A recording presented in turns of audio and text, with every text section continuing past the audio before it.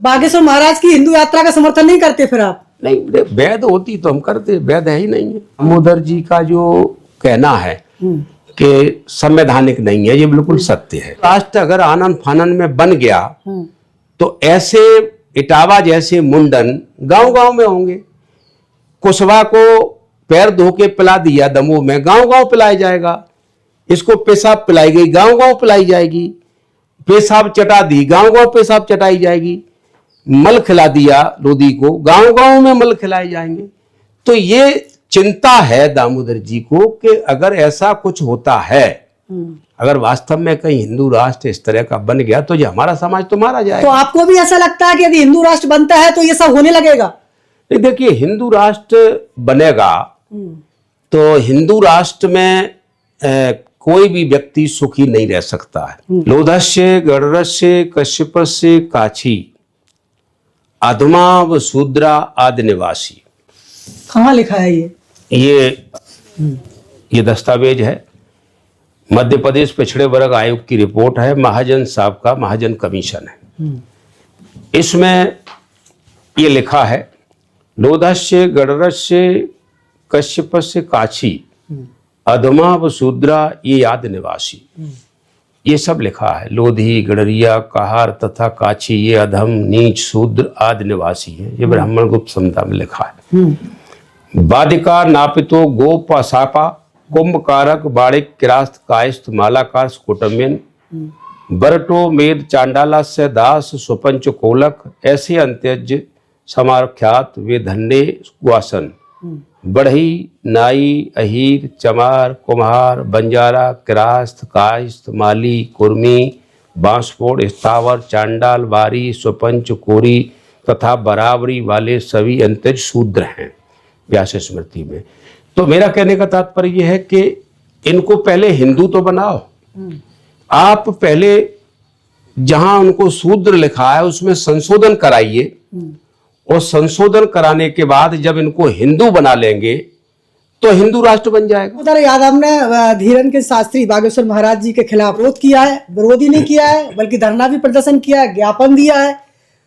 ये क्या किसी को यात्रा निकालना, क्या ये गलत है? क्या कहेंगे आप? देखो, दामोदर जी का जहां तक मामला है, वो एक सामाजिक व्यक्ति है, वो एक राजनेता है, राजनीति करने वाले हैं। जब जनता के बीच में निकलता है कोई नेता तो जनता उनसे उम्मीद करती है, नेता से उम्मीद करती है कि हमारा नेता हमारे लिए क्या कर सकता है। अब दामोदर जी ने देखा, इटावा में एक यादव ने कथा पढ़ी, और कथा पढ़ने के बाद लोगों को लगा कि धर्म विरोधी काम कर रहा है ये यादव। भाई, यादव अगर हिंदू है और कथा पढ़ रहा है तो धर्म विरोधी क्या हो गया? तो उसको पकड़ करके उसका मुंडन किया और पेशाब छिड़क करके उसको शुद्ध किया। तो लोगों ने, अब दामोदर जी से पहले पूछेंगे, हमको भी पूछेंगे, तो इसका उत्तर कोई नेता नहीं देगा तो जनता निराश हो जाएगी। तो दामोदर जी को लगा कि हमारे साथ ये अन्याय कैसे हुआ?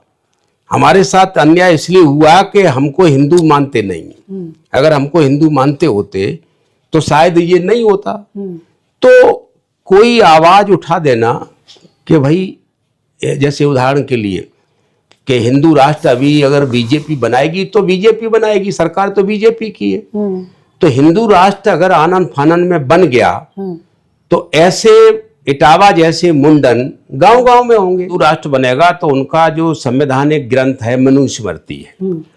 तो मनुस्मृति में लिखा है, कोई भी शूद्र अगर पढ़ता है, महात्मा ज्योतिबा फुले साहब ने बताया 2 प्रकार के शूद्र हैं। जो पिछड़ा वर्ग है जिसकी 3743 जातियां हैं वो शूद्र है, और एससी वर्ग से जो इससे जुड़े हुए SC ST ये अतिशूद्र है।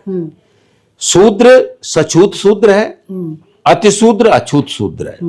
ये उन्होंने बताया, उनके ग्रंथों में लिखा है, जिसको गवर्नमेंट ने इस पर ये भी घोषित किया है कि महात्मा फुले सत्य हैं।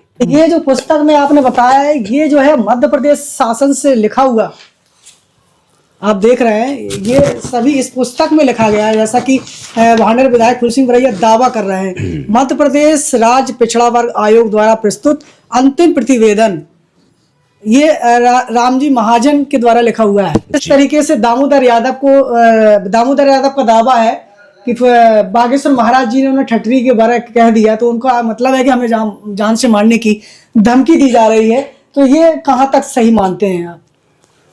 देखिए, मैं ये मानता हूं कि दामोदर जी ने जो अपने समाज की जो भी SC ST OBC और जो भी गरीब हो जिनकी लड़ाई, हम तो कहते हैं कि हम तो देखो, मैं तो ये लड़ाई लड़ता हूं, जिसको भी दुख तकलीफ है मैं उसके साथ खड़ा हूं, वो कोई भी हो। दामोदर जी ने ऐसा समझा कि भाई मैं इन लोगों की लड़ाई लड़ता हूं और सरकार की तरफ से कहीं इनके ऊपर कोई ऐसा कानून बनने जा रहा है, जैसे उदाहरण के लिए कोई ऐसा कानून बनने जा रहा है तो हम सरकार के खिलाफ खड़े होंगे। हालांकि ये बागेश्वर जी सिर्फ यात्राएं करेंगे, प्रचार कर रहे हैं, पार्टी भी उनका कर रहे हैं, लेकिन इनके प्रचार से पता नहीं है रिजल्ट क्या आएगा। लेकिन सरकार जिस दिन घोषणा करेगी कि हिंदू राष्ट्र बनेगा, तो उस दिन तो मैं अकेला थोड़े, पूरा देश के लोग, पूरी दुनिया के लोग खड़े हो जाएंगे कि भाई ये तो हमारी मौत है। इसमें 6743 जातियां, या इसको मैं ये कह सकता हूं आज की तारीख में कि 90% लोगों की मौत जैसे कार्यक्रम है। विधायक जी, तो क्या आप बागेश्वर महाराज की यात्रा का विरोध करेंगे? नहीं, देखिए, हम करेंगे जब सरकार जिस दिन घोषणा करेगी, जिस दिन मोदी जी के द्वारा घोषणा कराई जाएगी, राष्ट्रपति जी विधिवत घोषणा करेंगे कि इस देश में अब हिंदू राष्ट्र बनने वाला है, तब हम लोग उसको वैधानिक रूप से हम उसको करोड़ों लोगों के हित में, हालांकि अभी मैं ये नहीं कह सकता हूं करोड़ों लोग ये चाहते भी हैं जिनको अभी पढ़े लिखे नहीं, कई ऐसी बिरादरियां हैं जो अभी पढ़ने से ताल्लुक नहीं रखती हैं, उनकी अभी भी लड़कियां नहीं पढ़ रही हैं, कई ऐसी जातियां हैं जो लड़कियों को पढ़ाती ही नहीं है, तो उन्हें अभी वो धर्म ग्रंथों का सिर्फ सुना हुआ स्मरण करते हैं, धर्म ग्रंथ उन्होंने पढ़े नहीं है। जिस दिन उनके लड़के, पढ़े लिखे लड़के जो PhD कर रहे हैं, वो इस दिन धर्म ग्रंथ को पढ़ लेंगे, उस दिन वो खुद इस लड़ाई को लड़ेंगे, दामोदर जी की जगह वो लड़ेंगे वो लड़के। लेकिन अभी क्या है कि दामोदर जी ने पढ़े हैं तो उन्हें बुरा लग रहा है, कोई और यादव लड़के पढ़ेंगे, गुर्जर लड़के पढ़ेंगे, लोधी लड़के पढ़ेंगे, जाट लड़के पढ़ेंगे, बघेल लड़के पढ़ेंगे, कुशवा बघेल लड़के पढ़ेंगे तो उन्हें बुरा लगेगा। भाई अभी क्या है कि ये लड़के सिर्फ किताबें पढ़ के और उनकी सुनी बातों में लगे हैं। जब तक इस देश में सारी जातियां बराबरी में नहीं आ जाएंगी, तब तक ये देश भी हमारा प्रगति नहीं करेगा। ठीक है, अभी कुछ लोग प्रगति कर गए, वो अलग विषय है, लेकिन हर व्यक्ति तो प्रगति नहीं किया है, करोड़ों लोग प्रगति नहीं किए हैं, अभी 90% लोग प्रगति नहीं किए हैं। हिंदू राष्ट्र बनने से संविधान खतरे में आ जाएगा? नहीं, संविधान खत्म की बात नहीं है। संविधान, हिंदू राष्ट्र का संविधान मनुस्मृति है, ये डेमोक्रेसी का संविधान, ये भारतीय संविधान है जो डॉक्टर अंबेडकर ने लिखा है।